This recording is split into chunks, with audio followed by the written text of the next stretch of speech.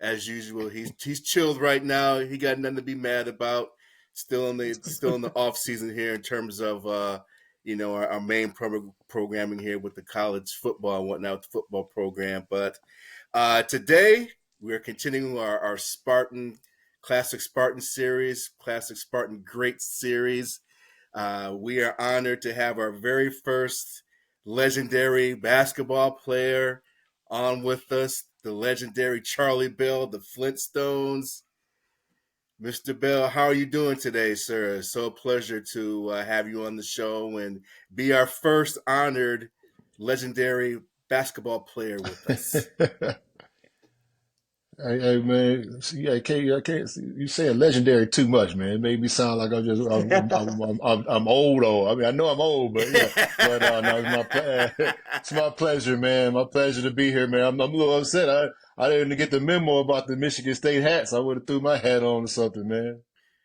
Oh, it's all It's no good, problem. We man. It's everybody all knows you as good. Spartan through and through. No, it's Right, all right, good, man. right. It's always good to kick it with my Spartan brethren. Yes, yes, Like I indeed, said, yes, we indeed. appreciate you being on with us. Like I Oh, said, go ahead, Brian. it's a huge deal for us. I really appreciate you being on here. That's all. No, like I Yes, yes, said, man, sir. it's anytime I can jump on, man, and talk some hoops, talk some Spartans, I'm all for it. All right. Yes, sir. Yes, sir. So, just to kick it off, I was doing a little bit of research while you were at Michigan State, and I found this amazing record about while you were there at Michigan State. Uh, you accumulated a record of 115 wins and 25 losses throughout your 4 year career, illustrious career at Michigan State. Not sure if you knew that, but when I researched that, I was like, wow, you guys racked up a ton of wins. So, hmm Yeah, I mean, what do you got? I What don't do you know the attribute to exact that number. I back know in it your was a day? lot of wins, Playing but with Tom Izzo.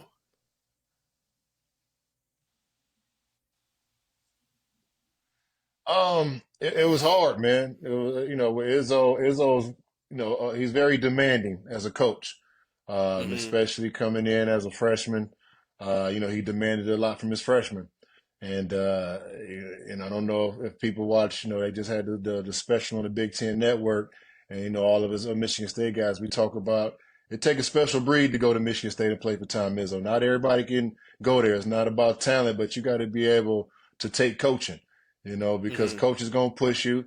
He's gonna say some stuff that's gonna get under your skin.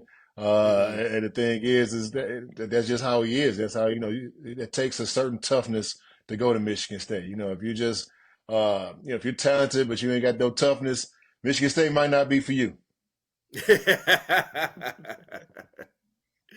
Yes, yes, sir. Yes, sir. Yes, sir. So, what made you decide to go to Michigan State? I mean, when it came down to it, man, I had five schools I was looking at, and I took my visit on all five. Michigan State, Michigan, Minnesota, Penn State, and UConn. Oh, okay. At the time, Connecticut, Ray Allen, they had like a two-guard factory over there, Rip Hamilton. I was Mm-hmm. like, man, I come in and, but I kind of didn't want to go, and then that far away from home. Minnesota was great, Penn State was great.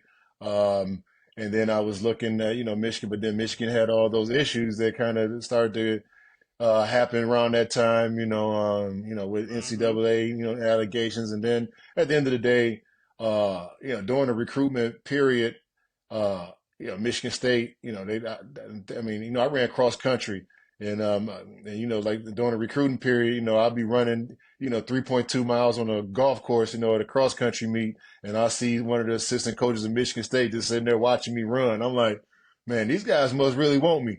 And I went on my visit there, and it didn't hurt that with Mateen and Antonio and Mo Pete, you kind of have some familiarity with the other Flint guys there, and then Coach Izzo. I mean, a lot of coaches come in, they tell you what you want to hear, they promise you the world. Coach Izzo was real. It was like, hey, I can't promise you anything. You probably won't start this, that, and the third. And I appreciated that, his honesty and I knew going there with with guys that I knew and under Coach Izzo, I knew we could do something special. Mm-hmm. Okay, Oh okay. yeah, man, that's great. That's great. So when you were at That's state, I great. know So, you said Izzo coaches everybody tough. What's some of your most Hmm challenging times with the program? Oh, probably after my freshman year.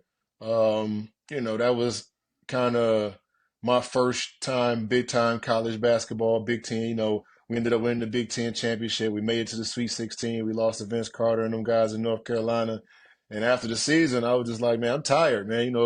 Just that work, it's different from high school. High school, you're out there just playing on straight talent. You're not really working on your game like that. You're mm-hmm. not really practicing hard. You're just going up, average like 30 points a game. And I wasn't really working on my game. But, get to college, and now you got somebody pushing you every day. You got to, defend and do this, that, class. It was stressful, man. And then after the season, I was like, man, I'm about to take some time off. And maybe after about a week, Izzo called me like, I heard you ain't been in the gym. I'm like, Coach, the season just ended. Like, I need some time, man. Coach was like, nah, we gotta get ready for next year.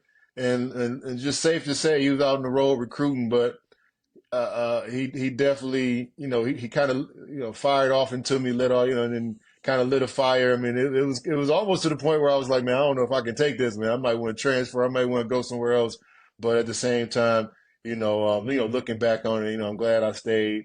And I'm glad that, Izzo pushed me. And, after that, every year I understood that, and I took it throughout my career, just trying to get better. You can't rest on, what you did. Yeah, we made it to the Sweet 16, but, we had bigger goals. It's like, are we going to sit around and just rest and the thing, and when not put that work in and think that stuff is just going to happen that next year? No, you got to put that work in. And that's something that I took throughout with me throughout my whole career. Is every summer, after the season's over with, it's okay to take some time off, but at the same time, not too much time, and just get back in the gym and start getting ready for that next year, because there's always something that you can work on.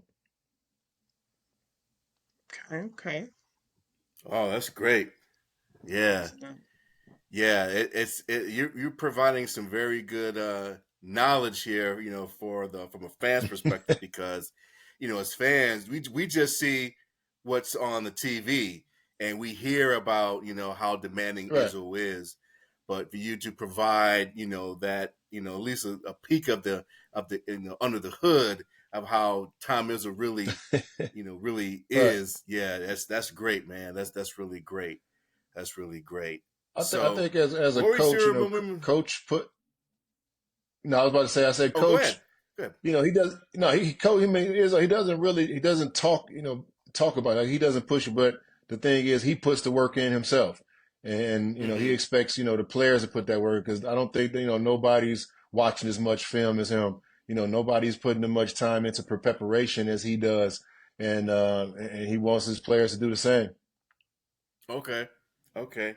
Now, when you were playing, because we know Izzo is a big football fan too, did you have to go through any like football like drills during your during your practices? Bring on Well, any not. pads or anything like that? war I drill mean, they always talk everybody. about. Yeah, Yeah, war everybody. drills. The war Yeah, drills. Yes. everybody talk about the war drill, man. That was yeah, that was all out combat right there. But and yeah, we did have to put the pads on one time, and it's so funny because that might have been one of the funnest practice ever. You come in, they rolled the pads in, and we threw them on. I don't know if coach expected it to go that way. He probably thought we was going to be like, oh man, but man, we had fun knocking each other out. It was a good time.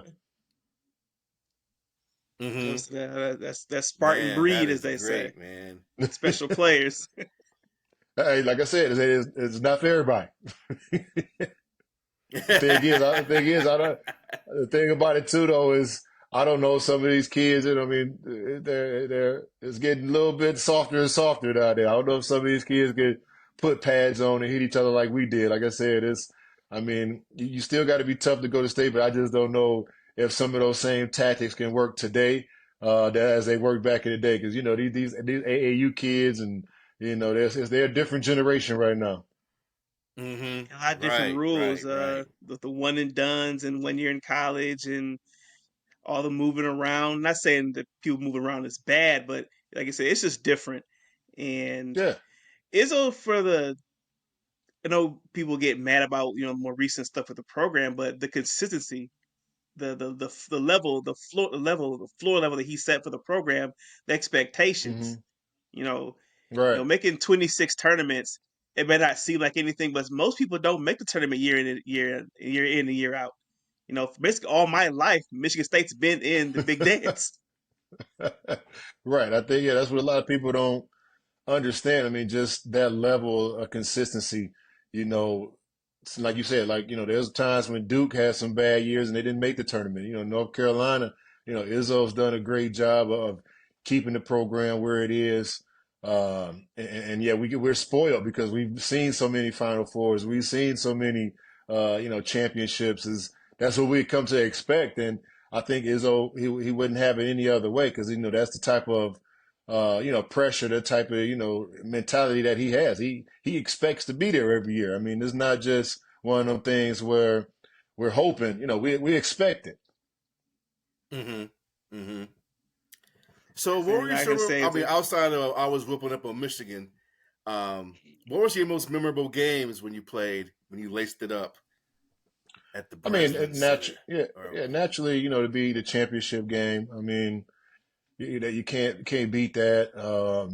I want to say when we beat, well, I think it was Kentucky. I can't remember what game it was, but it was our first time going to the Final Four. I think we beat Kentucky, and when we came back to Michigan State, it was like you would think we was the Beatles, man. We got to the airport.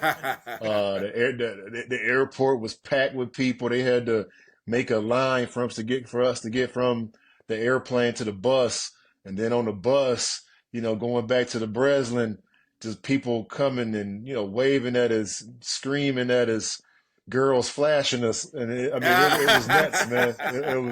It was literally nuts, man. I was like, wow, this is amazing. And then like you said, you mentioned Michigan. I think Mateen only broke the assist record at my career high on his senior night, and so it was always a lot of great memories, man. And a lot of people. I mean, Michigan State's probably one of the best schools out there as far as not just being an athlete, but a student also.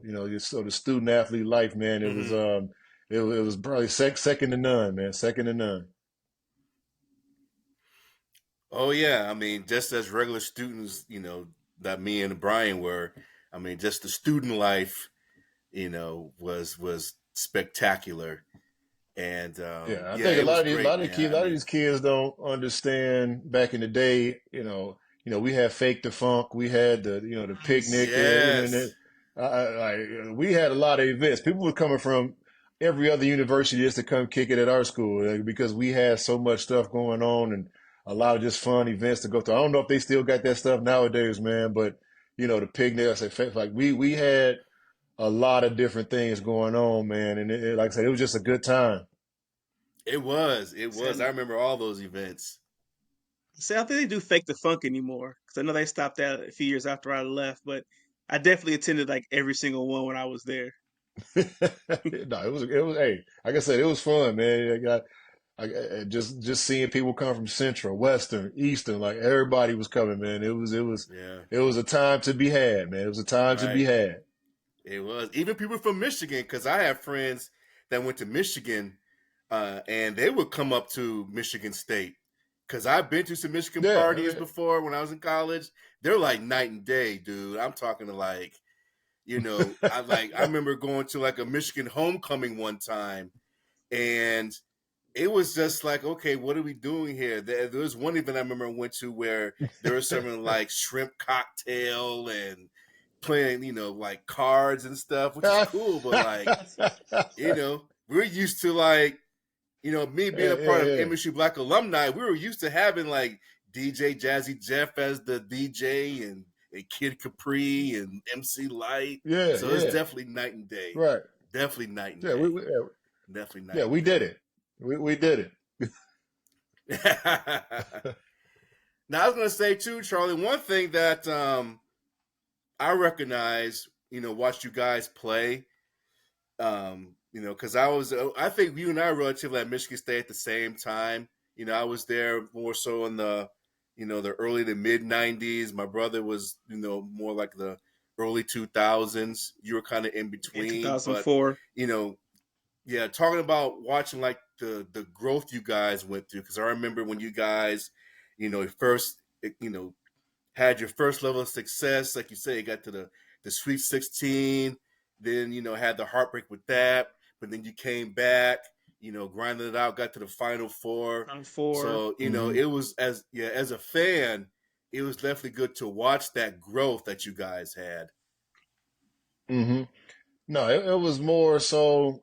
My freshman year making to the Sweet 16, like I say, we lost to North Carolina. They had Vince Carter and Antoine Jameson. At the time, that's when, Duke, North Carolina, like them were the universities, Yeah. because I'm a big Jordan fan. So those were the schools. So, I Yes. think there was a level of shell shock at first. Like, man, we're out here playing against North Carolina. Oh man. Then it's like, we could play with these guys. And then the next year, we made it to the Final Four, and it's like, hey man, we had the Final Four. We were just like, like what they say, deer with with headlights in front of us, man. We were just happy to be there. And then after we got there on the court, we Mm-hmm. ended up losing the game. But as the game went on, our confidence started to build. Like we're just as good as these schools. And then we took that Mm-hmm. into that following summer, going into my junior year, with every intention to win a championship. It's like, man, look, we played with the Mm-hmm. best, and people are saying these are the best, and we're just as good as them. And then we had a level of nobody work as hard as us. Mm-hmm. I bet North Carolina do it. Them guys ain't up at 6 o'clock in the morning, doing tunnel sprints and stuff like that, like we were doing, man, and in the weight room, grinding. And so we knew, with our work ethic and our preparation, a championship was destined for us. Oh yeah, most definitely, It's definitely a most ride to see. 'Cause definitely. I was that's when I first started getting into college basketball and won a championship. Because I think my big brother went to Michigan State, so all I knew was state growing up. Spent our Sundays there, and so Hmm. it was a thing for me. 2000 when we watched that championship game as a family. Me, my mom, my Okay. dad, we just sat in front and watched it, and that should be Florida. And so it's kind of surreal Yeah. to think back on it and say, "Oh man, this to hear the work you put into it and the effort," because you only see the final product, like we said. So glad Hmm. to hear a little peek behind the curtain. Yeah. Trust me, it was a lot of work, Oh yeah, yeah, yeah. And I and, remember when I and, was and at I'm not a morning MSU. person. That was back in the days of. That was back in the day of Sean Respert and Eric Snow, Fire and Ice. That's what their tagline was Yeah, back yeah. then. And then transitioning from that to you guys. So yeah, like you said, his consistency is second to none, really. When he first got the coaching job going from Judd Heathcote. So most Hmm. definitely, yes, sir. So what are you doing now, Charlie? In your mature age, you're as a what's going on today in the world uh, of Charlie Bell? well, I'm still, active, with basketball. I mean, training kids. I probably have 15, 20 kids. I train, and trying to help them get better. And it helps me, just stay around the game. I go to a lot of high school games and watching them keeps me pretty active. But, the main thing now is, me, Mateen Cleaves, Matt Ishbia. Matt has, United Wholesale Mortgage, so I'm an account executive there. We're basically I'm in sales, really. I mean, trying to get, in the wholesale brokerage, people can send loans anywhere. There's a lot of different, like 30, 40 different wholesale mortgage companies. And I'm kind of battling with them and trying to get them to send me loans and not send them anywhere else. And, working with Matt and Mateen, Adam Wolf, who actually was on that team also. We Mm-hmm. like 2 years ago, we became the number one mortgage company in the country.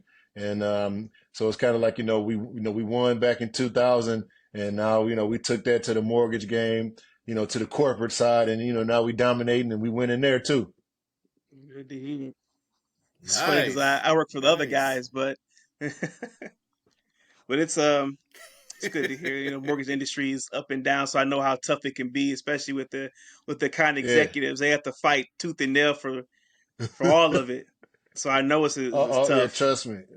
Yeah, especially, a couple years ago, during the pandemic when rates was in the twos and threes, that's when the getting was good, but now everything that crept back up to the sixes and sevens, a lot of people on the fence about loans and everybody shopping price and rates and it's a dog eat dog world out there, man. But, I feel like we like Frank Lucas, man. We got the best product though. I like that, man. I like that. I like that. I like that. So, Charlie, what do you think of the current state of MSU basketball? What's your thoughts on that? I mean, we had the unfortunate, loss to North Carolina, this past hmm weekend. We're no longer in the tournament, but overall, what are your thoughts of the current status of MSU basketball? I mean, I like where it's at right now, man. I think, yeah, we didn't get the results that we wanted. But Izzo, last couple of years, he's done a great job of recruiting, getting guys in there. You never know what's going to happen with the transfer portal. I think that's going to be that's the game changer right now, man. That transfer portal and this NIL stuff, man. I mean, now it's Mm-hmm. like, not now that's all these kids is asking. Now it's like, hey, how much money I'm getting? I don't like. There's not about where I can go to further my talents and get better. Somebody's going to push me. So, how much money I'm getting, and at the same time, I understand. But I think it's gonna mess the game up a little bit. But I think Izzo is gonna be Izzo. He's gonna continue to dominate as far as recruiting and getting guys in. Not sure what we're gonna have with transfer portal kids, but I like what I said. I mean, if anybody ever been to Michigan State, our facilities are second to none. As far as weight room, practice court, the fans are second to none. Our arena is second to none. The campus. Only thing is that it snows after for a couple months, but other than Yes. that, uh, Yes. long as Izzo's there, Yes. man, and I think we got great great alumni with Draymond and everybody, and Steve Smith. A lot of guys give back. And the family type of atmosphere. I think our program is going to continue to be looked at as a contender every year. And I mean, I think, like I said, that's what Izzo's built, and that's what we all come to expect. Yeah, like we were saying earlier, I know it's made to to the round of 32. Last year made it to the Sweet 16, and I know a lot of the fans are saying it's disappointing, and I can say I was too, but that's just the level that hmm Izzo has raised Michigan State to. That all right, making the tournament is okay, but we want to win the whole thing. Yeah, I think too, a lot of people don't realize how hard it is to win a championship. A lot of people don't know you got to have six great game or good games, great game, whatever it is. You can't have a bad game Hmm. because that one bad game. This ain't the NBA where it's a 7 game series or something like that. It's one and done. And there's been a Mm-hmm. lot of great teams that haven't won a championship. Like even kind of thinking about this year. Everybody was Kentucky. Oh man, they got that great, and they got all these great young talent. They get bounced by Oakland in the first round. I mean, this one of them things Yes. is it's hard to win a championship, man. It really is. You see, there's been a lot of really good teams that never won a championship. I mean, even if you think about growing up and everybody loved the Fab Five. They never won a championship. Not It's at like all. it's a hard thing. It's a Right. hard thing to do, man. It's not. There's been a lot of great teams uh, that just for some reason or not just had a bad game during the tournament and lost. I mean, so on one hand, you can say, man, it's great, what we've done and the level of consistency, but it also goes to show how hard it is, no matter what you've done throughout the year. NCAA tournament, it's March Madness. To win 6 games in a row, that's a hard task to do. Agreed, definitely. Yes. Yo, yeah. Oh, yeah. And and one reason that we like interviewing former Spartan greats, especially in sports, is because again, as fans, we just see the end product. But to get the level of commentary, from guys like yourself and some of the former football players that we've interviewed, and even those affiliated with both programs, they provide, like I said, that inside, nuggets on what it takes really to win a championship or just to win in general. Whether it's winning a game, winning a Big Ten championship, a national championship. It takes a lot of work. It's not just, as us, like regular, average fans, average guys, whatever. Like Brian said, we Monday just see morning the quarterbacks. So, right. Yeah. Like I said, I mean, it's hard, man. Like I said, it's hard to do. And like I said, the game, I don't even know what I'd do, if I was playing, I mean, with the NIL money, transfer portal, and then too, the way that sports gambling has came into the mix now there's a lot of pressure on these guys, out there, man. Like I'm on social media and I got, friends and, everybody think the game is rigged, man. I put this parlay in and, and LeBron, he was supposed to score 30 or, this, Tyson Walker should have had 20, so it's kind of like, it's one of them things like, and you seeing fans, saying stuff to these players like, hey, man, I got $100 for you to score so many points. I mean, there's a lot of pressure, man. It's like, I look at it like, it's fun, but at the same time, you don't go to Vegas and when you bust in blackjack, you don't get mad at the dealer. I mean, that's just the way it is. It's gambling. It's like, you thinking somebody's gonna do something, but that just it just puts more added pressure because if these guys are on social media, there's gonna be a lot of people, that are betting money on games and maybe something don't hit. And now they're yelling at these players and these, they're 18, 19-year-old kids, like they going out there, they're doing the best they can. And there's a lot of pressure. And then, like I said, NIL, like it's a different game now, man. It's a lot of different elements to it, man. It adds a lot more stress to the game. And, I feel sorry for these guys, man. But, that's just the way it is, man. That's the way you just got to navigate it. And I know he's not very happy with the NIL stuff, just like, Nick Saban and some of these other older coaches, man. And but the thing is you have to adjust, and you can't do the same things that you were doing in 2000. You got to adjust, and I think Coach Izzo's done a great job of adjusting. I think he has too. I agree. Like over the last few years, I can see a switch. I'm not saying he's gonna like dip into the portal and revamp his whole team. I think Izzo would never do that.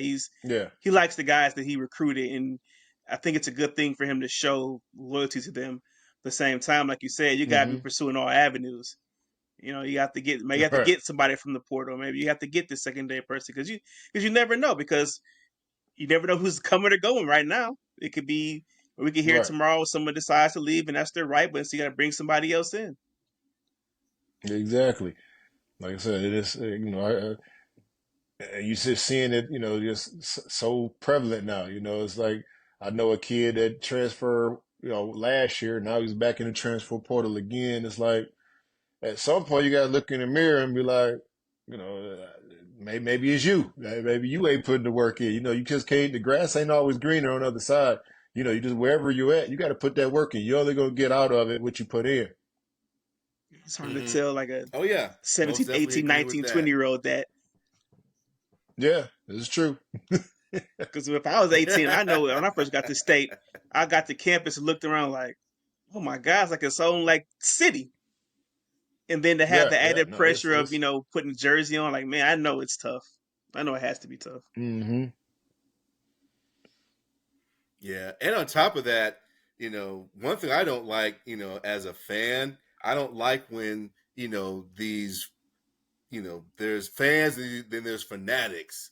Like you said, Charlie, they're out there, they're shouting at the players and disrespecting them. And, the only thing they see is just their own myopic view of how these players should be playing. I mean, these kids, even professional players, they got families, they got, whether, they got kids themselves or they got parents, grandparents. I mean, these, when you play, whether it's on college or professional level, I mean, it's not like, you guys aren't human. You're not like just a bunch of the zoo animals out there doing your thing. I mean, you guys have feelings and thoughts, like everybody else. Exactly. So, I don't like seeing, Yeah, I mean, fans that's act out their way. So, it's tough, but at the but same yeah, I just time, want to say that. I know. nobody's So, gonna be sympathetic of somebody making 40, $50 million a year in the NBA. Them guys getting a True. lot of money, and now this NIL stuff, nobody's gonna feel sorry for a kid, and he's making way more money than as the average working person. Everybody look at that money, and you're not gonna feel sorry for us. I mean, but that's yeah, it comes with the territory. The thing is, yeah, that's it's true. pressure, but at the same time, it comes with the territory. That's You true. gotta That's take the true. good with the That's bad. true. Right, right, right. So, Charmy, we're gonna get you out of here, and there's one last question. So, um, Okay. you said earlier that you train a lot of kids. So, what do you see when you train? These up and coming, basketball players. Uh, what from what you went through? 17, 18 years old. You coming up. What's the biggest difference that you see between kids now that you train versus like when you were first coming into your own as a basketball player? Um, I think nowadays the game has kind of gotten away from the fundamentals. Okay. Because of social media, because of the highlights.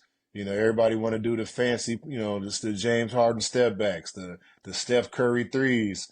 It's like Steph Mm-hmm. Curry wasn't doing that when he was that age. So James Harden wasn't doing that when he was that at young age. So just the amount of kids that can't pivot off the right foot. And as far as the fundamentals of the game, making left hand, right hand layups because they want to do the fancy stuff.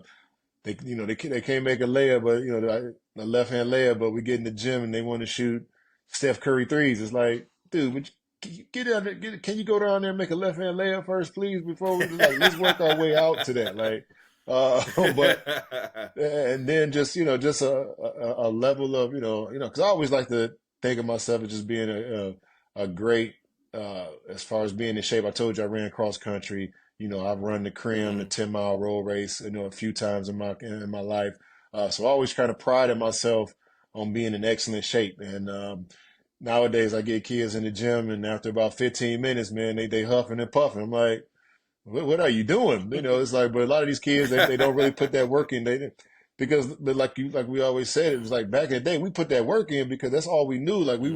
we were going to gyms, we were hooping, we were going to the park, and you ride past the park nowadays, it's gonna be empty. Ain't nobody at the park no more, Mm-hmm. man. Everybody at home on their phones, social media. Mm-hmm.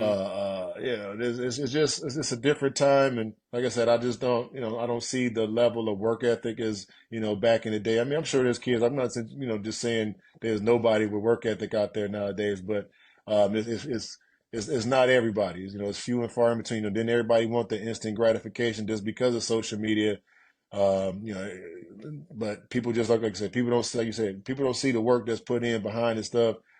How long it take, for some of these guys to get to where they got to. Everybody wants things, now. I want it now. I want it now, and Mm-hmm. that's just not the way of the world. And I think that's a messed up part about everything is, everybody wants stuff instantly, and nobody wants to put the work in.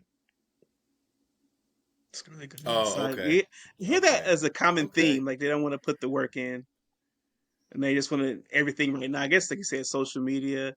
That's crazy. They can't make a left hand layup. That's seems like No, trust me, I get a lot of kids. They jump off the wrong foot for layups. I'm like, come on, man. Like, let's slow it down. Let's break it back down. There's levels to this. Before we get to level 2, we got to master level 1 first. Yeah. Yeah. My son, who is he is the beat creator for the show. He's 11. He plays basketball, and he's played Mm-hmm. in a couple of leagues here and there. And I tell him that if you trying to be like Steph Curry or LeBron James or whomever, you gotta get those Yeah, fundamentals in first. You don't come yeah. into I mean, whatever the gym to start launching, think you're gonna get better. You gotta, like you said, you gotta work on all that stuff. Work on the no. intricacies to get to that level. And then also defense. Just I go to a lot of these AAU games now. These young kids, all they doing is pressing. Everybody presses, trying to get steals, and jacking up shots. It's like, where's the man-to-man defense? Where's running sets and running like an offensive set? Now, like I said, it's just, and then you see it translating to college, and some of these kids don't even know how to, memorize a play because they really ain't ran no plays in the AAU because all they doing is out there trying to get steals and jack threes and stuff like that. So I had one of the kids I trained. We went to a Michigan State game not that long, a couple weeks ago, and after the game, we were in the locker room, and one of the coaches had the play sheet was out, and it was probably like 75 plays on that sheet. And I showed him. I said, "Can you memorize all these plays?" He looked at me like I was crazy, but that's what I tell people a lot too about Michigan State, man. We had an extensive playbook, man. Like we had so many plays. Our first 5 plays. I don't know if Izzo still does it, but the first 5 plays were scripted. We knew what we were going to run, and we didn't call it out, because other teams who scouted us, they might know horns up or horns down or something like that. We just knew, Izzo would write the 5 plays on the board, and we had to memorize it. So we come down that first time, you got to know, okay, it's horns to this. Second time, Mateen gonna say, hey, second play. If you don't remember what that second play is, you might get pulled out the game. Okay, third time down, okay, we about to run the third play. So now you got to be like, okay, what was the third play? Okay, 2 up. Okay, boom. So now, okay, what's the 4th play? So that first 5 plays was scripted, and we didn't call them out, but we knew once we came down the court, we knew which play we was on, and we just ran that play. And I'm sure it made it hard for teams to scout us because even most games, the 5 plays or 10 plays we ran one game, we might not run them the next game. I mean, we had our core plays, but at the same time, we had, like I said, our playbook was crazy. Like we had a lot of stuff. That's why I say, Izzo, you talk about preparation, like we had to learn a lot of different, offensive sets, defensive sets, out of bounds plays. Like there was, like I said, I gotta tell people now, like people don't believe me when I say we had 75, 100 plays, something like that. Like, and when I took the kid, and he saw it, he was just like, "Wow!" I said, "This is Michigan State. This is what we do." Yes, sir. Yes, sir. Yes, sir. Yes, sir. Brian, you have any final questions for Mr. Charlie Bell, the Spartan great? I just want to thank you again for coming on with us. I know you took time out to be on with us in our podcast, and I really appreciate you. Man, not a problem, man. Anytime. Yes, most definitely. So for your training, do you have any kind of like social media, Instagram, Facebook page about your training, or you just do it on your own? I just do it on. I got my regular social media that people can reach out. I think Charlie Bell 14 on Instagram. That's what I'm on most of the time.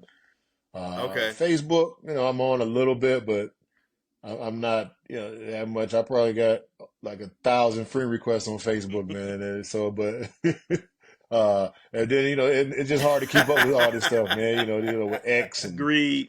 Instagram, TikTok. It's just like I got Instagram. That's my go-to. Yeah. And if somebody want to reach out, they can. And then it's all kind of just word of mouth. Yeah.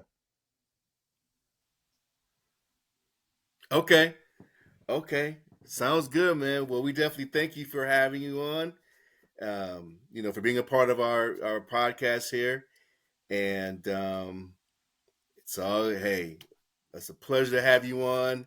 We definitely want to invite, any more of your former basketball greats on here. We don't discriminate. We want to have any and everybody on there. So, so definitely thank you for joining us here. Hey, I appreciate it, guys, man. You guys go green, baby. Go white. Yep, go white. Go white. Cue the woodshed, and we're out.